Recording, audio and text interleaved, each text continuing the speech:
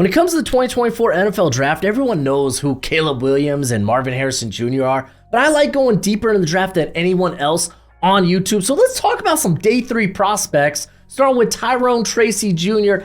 out of Purdue. He first jumped off my radar after a very impressive week at the Hula Bowl, so much so that he ended up getting an invite to the Shrine Bowl, where he would be voted by coaches to the All Shrine Bowl East team. He's a 6-year player who didn't start making the transition to running back until his final year there at Purdue. Previously, he spent 4 years with Iowa. But it's kind of shocking that no one tried this cat at running back, because he's got a pretty muscular build at 5'11", 209, and he's got really good contact balance. Now, he isn't the most elite athlete, but he displays very good vision, and there's a lot of tread on those tires. Being a former wide receiver shouldn't be that surprising that he's actually a pretty natural pass catcher out of the backfield, but he's also one of the best pass protectors in this class, and he also brings a ton of special teams experience as a gunner and as a return man. Had a kick return touchdown this past season. I currently have him as a top 10 back in this class because there's just so much to like about him. I want to stick with the running back position with Louisville's Isaac Guerrero, coming in at 5'11", 220 pounds, and he's not only big, but he's got great speed and acceleration. He ran the 100-meter back in high school in 10.51 seconds, and he's just got an extremely strong lower body. He can just eat contact. I mean, shoot, he averaged 4.11 yards after contact, which is the highest, among the highest in this class. Now, the vision is so-so because there's this 3-year span where he just kept suffering lower body injuries, so he's very limited, and he runs with a high pad level, and there's a lot of things that need to be coached up. However, he is a very intriguing physical specimen for the position. I want to go to wide receiver and talk about Luke McCaffrey out of Rice, coming in at 6'1", 202, and he's got some NFL ties. You might know his brother Christian McCaffrey, but Luke actually started his career as a quarterback before making the transition to wide receiver just 2 years ago, and he has truly ran with it. He is a very shifty route runner and attacks the ball just so well when it's in the air. He legit has some highlight catches on tape, including one during the Senior Bowl game. And I guess having Ed McCaffrey as your father just kind of helps you be a good wide receiver. But Luke McCaffrey really gives me Jawan Jennings vibes, who was another player I really liked when he was coming out of Tennessee that just didn't get enough hype. So let's give McCaffrey a little bit of hype. He had a pretty good Senior Bowl week. Let's talk offensive line, because I want to talk about Brian Hudson out of Louisville. He was just such a surprise find for me. I was not expecting to love any of the offensive linemen there at the Hula Bowl, but Hudson stood out so much, like from his explosive get off to his great play strength. I was fully expecting this cat to get a Shrine or a Senior Bowl invite after that performance. Yes, the dude needs to put on mass at 6'5", 305, but I think part of that is throughout his collegiate career, he's also been an All-American in track and field in the discus and the shot put. Like, it must be incredibly difficult to fluctuate between both in the right shape to play at such a high level, but the dude has managed to do just that. And with now his full focus on football, on the NFL, truly the sky is the limit. Quoting Lil Wayne here. But I want to stick at center with Hunter Norzad out of Penn State. This dude has experience all over the offensive line. He played right tackle at Cornell, and then he played center in both guard spots there at Penn State, and he has showcased very nice movement skills for today's more outside zone blocking schemes, and he also brings a little bit of power to his game. He has a shorter build at 6'2", and it helps give him natural leverage and allows him to anchor really well in pass protection. And now he doesn't necessarily have that NFL mean streak in him, but shoot, man, he's been exceptionally solid his whole career. This past season, only allowed 16 pressures, no sacks. So he's definitely a cat that you need to watch out for, and I think he had a really strong Shrine Bowl performance. But hey, if you want to know more about these prospects, I got good news for you. I got a draft guide. Listen, I know you love the NFL draft as much as I do, and you're going to want a nice, hefty watch list of players during this college football season, well, go ahead, check out my draft guide. You can purchase it for only 30 bucks by Venmoing or PayPaling me. Links in the description. It's a one-time payment and you get it for this whole draft cycle and forever and always. Technically, it's a Google spreadsheet. So send me your email when you send the payment. I'll get you hooked up. You will see my current prospect rankings and big board, my full evals. And guess what? It updates throughout the whole draft cycle. So it's a great purchase and it's a great way to support the channel.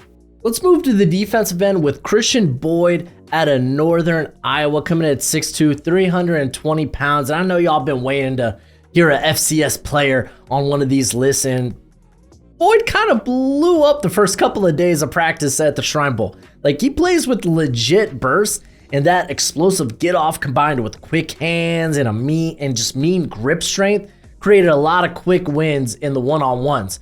Now, when you go to the tape, you don't necessarily see the same type of disruption, but he definitely creates and opens up a lot of production for his teammates.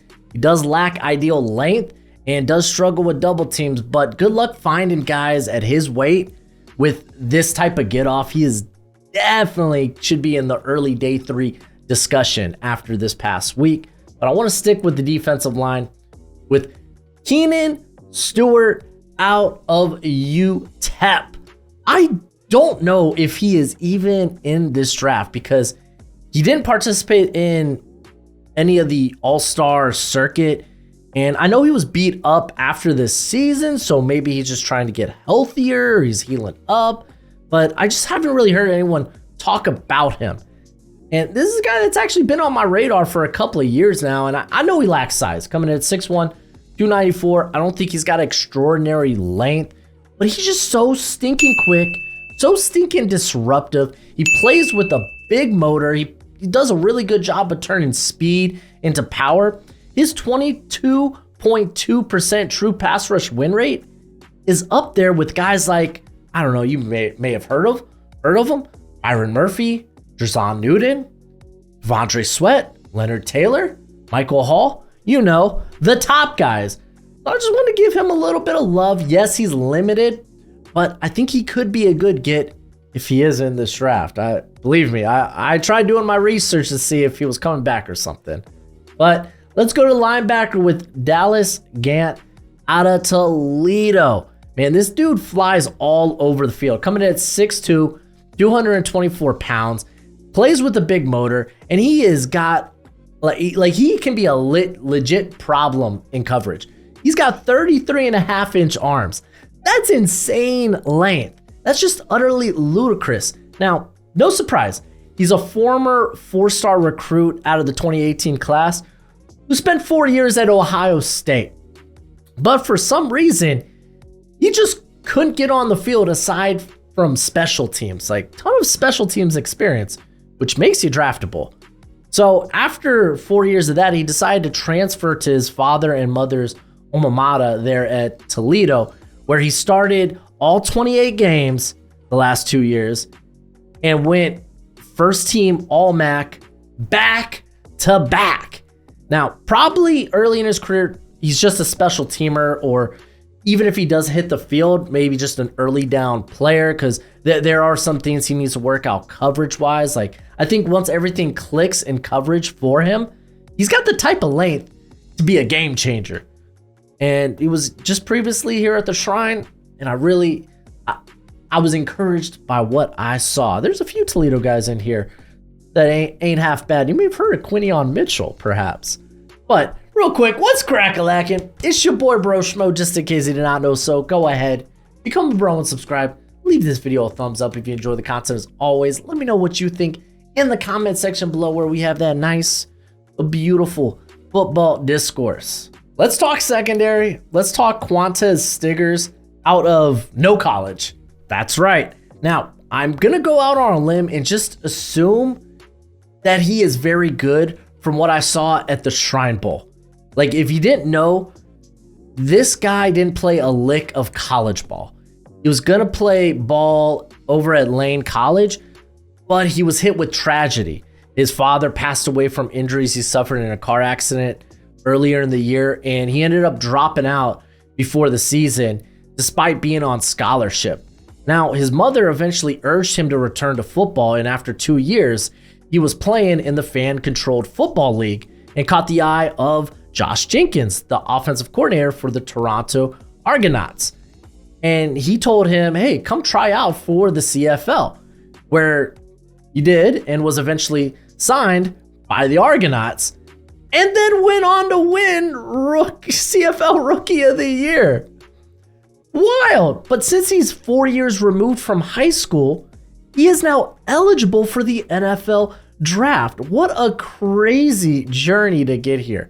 Now, what I saw at the Shrine, the dude is a very good athlete. He shows really good burst, really good closing speed. And that rep you're seeing right there is versus Mississippi State's Latrick Griffin, who is likely going to run a sub 4.340. Yeah. Stiggers almost hit 20 miles an hour on the GPS during practices, and he was always around the catch point. Like multiple times, he was able to get his hands on the football. I'm going to go out on a limb and say, the guy's kind of good. But you know who else is good? MJ Devonshire out of Pittsburgh, coming in at 5'11", 179 pounds. And you might remember him from his pick 6 in ACC play. No, not that one, not the one from this year, but the one in the season opener in 2022 against the West Virginia Mountaineers that won the game. Dude, this cat's kind of legit. He's a baller, man. He's got 33 and a quarter inch arms, and he pairs that with very quick feet and great acceleration. He also brings return capabilities to the table.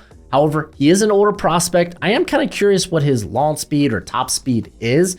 Just because you have good acceleration doesn't mean you're really, really fast. It just means you get to your top speed really, really fast. So that is something I am curious about when it comes to his testing. But let's talk safeties, because this safety group doesn't feel great, but I think I got some guys for you. Dominique Hampton out of Washington. And this dude is huge at 6'2", 213, which I know that's not eye-popping, but he has 33 1/8 inch arms. Whew, that's some wingspan right there. And he's also a really good athlete, but he is at his best when working downhill. He is one of the hardest hitting safeties in this class.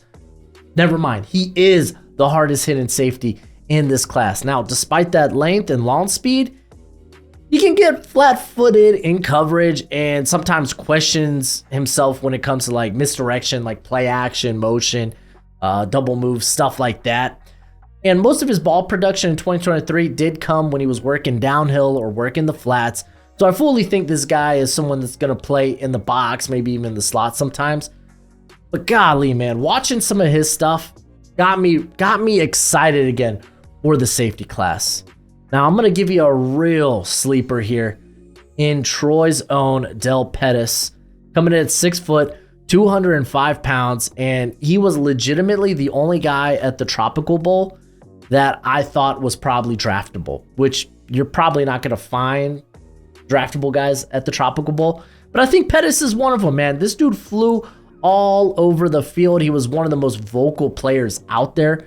And man, you just turn on the Troy tape and you see him coming downhill with his hair on fire. He comes in there like a wrecking ball, like he's Miley Cyrus, just with more clothes, and has been a very solid tackler throughout his career. This past year, 8.6 missed tackle rate. So pretty darn solid. He also handled a lot of the pre-snap assignments for the back end of the defense.